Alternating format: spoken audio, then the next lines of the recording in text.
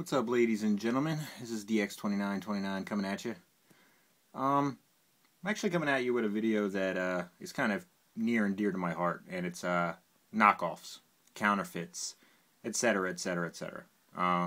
If you saw some of my other Transformers videos, you'll notice that I am not a fan of knockoffs, counterfeits of any sort, things like that. I'm sorry if I sound like I'm out of breath. I just ran around because I spilled soda, so I had to clean it all up.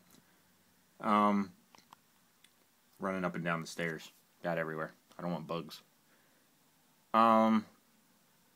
It's specifically what I'm going to do in this video is show you the difference between a dw-6900 G-Shock watch. As you can see, they're not the exact same color watch. Their bands are different. The brand is kind of a different, I mean, obviously it's a different brand, but it's a different type. This one here is the 6900 BS, I think 8S maybe? I forget what it is off the top of my head. It's one of the newer watches. It has like an off-white band, which I really like. That's what I wanted for Christmas, and I got it. So it has an off-white band, everything like that. And I don't like the really glossy white, so that's why I really wanted this one. It was really hard to find for some reason. And don't get me started on eBay, and I'll get into that, why I wouldn't buy it on eBay. I actually wanted people to go to stores to try to find it, which they did. My girlfriend's mom got it for me, so I thought that was really cool of her. The one to the right is a Bape G-Shock. Now, I'm really quick going to say, this is the counterfeit, obviously. This is a fake one. But quality-wise, it's not terrible. What the meaning of this video that I'm going to be making here is, I'm not saying that I'm a genius or I know everything there is to know about G-Shocks.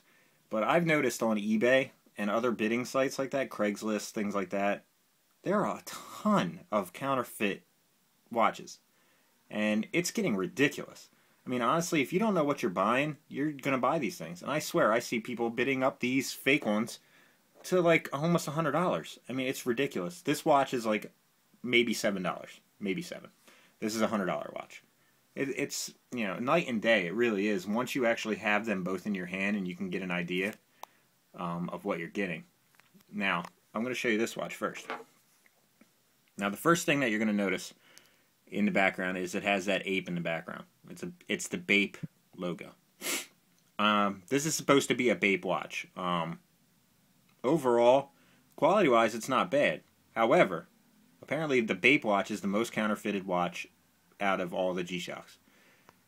The funny thing is, a lot of people are buying non-Bape watches thinking it's a real G-Shock, and it still has that monkey in the background. That should be your first red flag. That is not a G-Shock Casio logo. That's a Bape logo. A lot of people that might not know G-Shocks might think, oh, that's the logo for G-Shock, and that's on every watch. It's not. It's only on the Bape version of the watch. Now, the real Bape G-Shock goes for roughly around $500. Especially the black one. They only made 1,000 of this watch. And it was only sold in Japan. You had to buy it online or if you lived in Japan. So, that's why 99.9% of the ones that are on eBay are fake. Stop bidding on them. You're only giving these people more reason to want to take our money and make these cheap pieces of junk. The first thing that you'll notice difference-wise in the two watches is I'm going to compare dw-6900s to each other, not the Bape to the normal, because the Bape, I'll go really quick over what that would be a real on a Bape watch. It's not a flat black like this, it's a glossy black. It should be glossy black. That should be the first thing that gives it away. If you hit the Indiglo button, the background should be a much clearer Bape logo than that. It should be really crystal clear. As you can see, the second numbers up there are all moving and just in random motion. It's not the way they're supposed to run. I'll show you this one real quick. This is how they're supposed to run. You see? The first two represent 10 seconds. So it goes 1, 2, 3, 4, 5, and then 6, 7, 8, 9, and then that'll give you 10 seconds. That's how it works. But I digress. So those mean nothing. The watches on the side of the watch shouldn't be doing like this one. Let's say this one right here, I think, lights it up. That's another red flag. That doesn't do that. Underneath the logo, it's really hard to see. It says War 21st Resist. It shouldn't say that. It should say Go Ape, I believe it should say. I'm not 100% sure. The later models might have said that, but it doesn't really matter. This is fake. The shock resist that's under Casio isn't that big, and it's kind of blurry. When you're buying a real watch, you know that's not going to be a cheap-looking watch. I mean, you're spending a lot of money on these. They look good. I mean, this is a prime example. This watch, all the letters are perfect. Everything's a good, solid color. Everything looks great. This one, not so much. Also, on the Bape watch, the second hands are the same color as this part here, the monitor. So you see how these are blue and this one's red? Let's see if I can get that in a little bit clearer. It's not supposed to be that color. They're all supposed to be one solid color. That's for the Bape. Let's see. They have the writing on it, which isn't bad. I think that's pretty much the same. Everything's the same there. I know there's other things that I'm missing. The main one also is, you see the date, the day of the week? That should be in between the 2-second circles, directly in between. And you can kind of see that. It's just cheap looking, the inside. Now on the back, you're going to notice they actually have see this? I'm using my iPhone, so it's kind of hard to see. It has the Bathing Lake stamp on it. It's actually engraved or stamped on there pretty good. I can't tell. And the numbers, you won't be able to see it, but it says, let me see what it says really fast.